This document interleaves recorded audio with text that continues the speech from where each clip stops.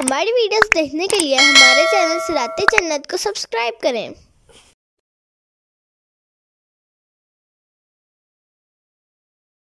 ذلك بأنه كانت تأتيهم رسلهم بالبينات فقالوا أبشر يهدوننا فكفروا وتولوا واستغنى الله والله غني حميد۔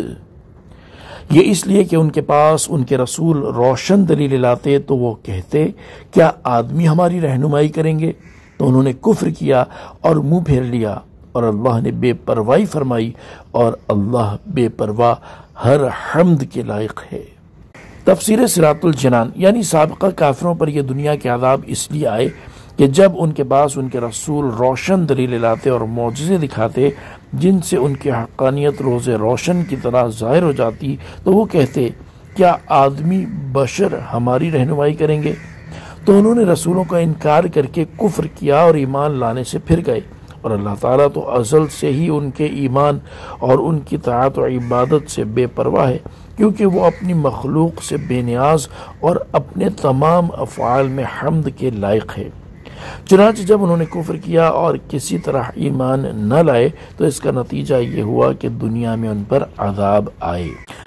آیت ذالک بأنہ کانت تأتیہم رسولہم بالبینات سے حاصل ہونے والی معلومات۔ اس آیت سے 3 باتیں معلوم ہوئی۔ نمبر 1، ہر رسول علیہ السلام کو معجزہ ضرور دیا گیا۔ یاد رہے کہ کسی کو ایک اور کسی کو زیادہ معجزات عطا کیے گئے، اور ہمارے حضور پر نور صلی اللہ تعالی علیہ وآلہ وسلم کو سب سے زیادہ معجزے عطا ہوئے ہیں۔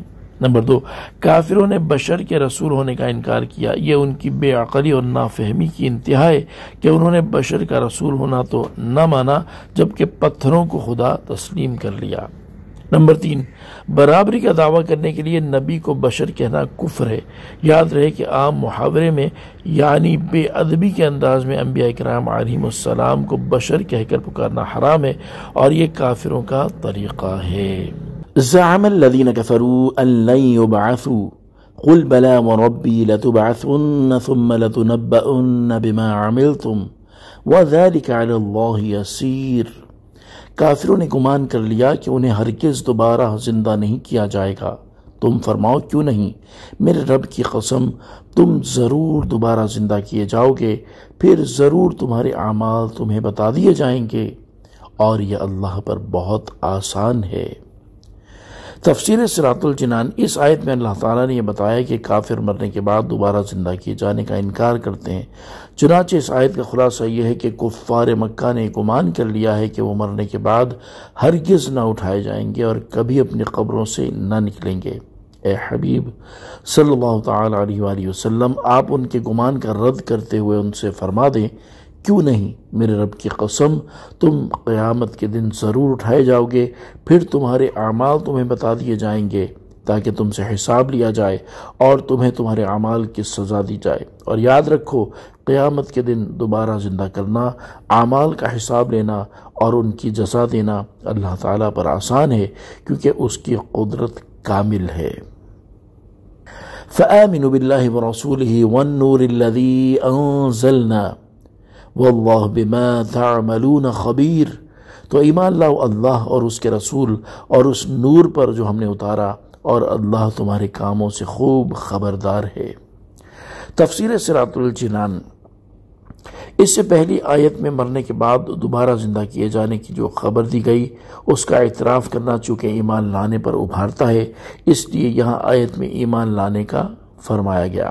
بعض مفسرین فرماتے ہیں کہ جھٹلانے والی امتوں کا حال اور ان پر نازل ہونے والے عذاب کا حال بیان کرنے کے بعد یہاں فرمایا جا رہا ہے کہ اے کافروں، جب تم نے ان کا حال اور انجام جان لیا تو اللہ تعالیٰ، اس کے رسول محمد مصطفیٰ صلی اللہ تعالی علیہ وآلہ وسلم اور اس نور پر ایمان لاؤ جو ہم نے اتارا ہے، تاکہ تم پر وہ عذاب نازل نہ ہو جو سابقہ کافروں پر نازل ہوا ہے، اور یاد رکھو کہ اللہ تعالیٰ تمہارے کاموں سے خبردار ہے اور وہ تمہیں تمہارے اعمال کی جزا دے گا۔ اس آیت میں نور سے مراد قرآن شریف ہے، کیونکہ اس کی بدولت گمراہی کی تاریکیاں دور ہوتی ہیں اور ہدایت و ضلالت دونوں واضح ہوتی ہیں۔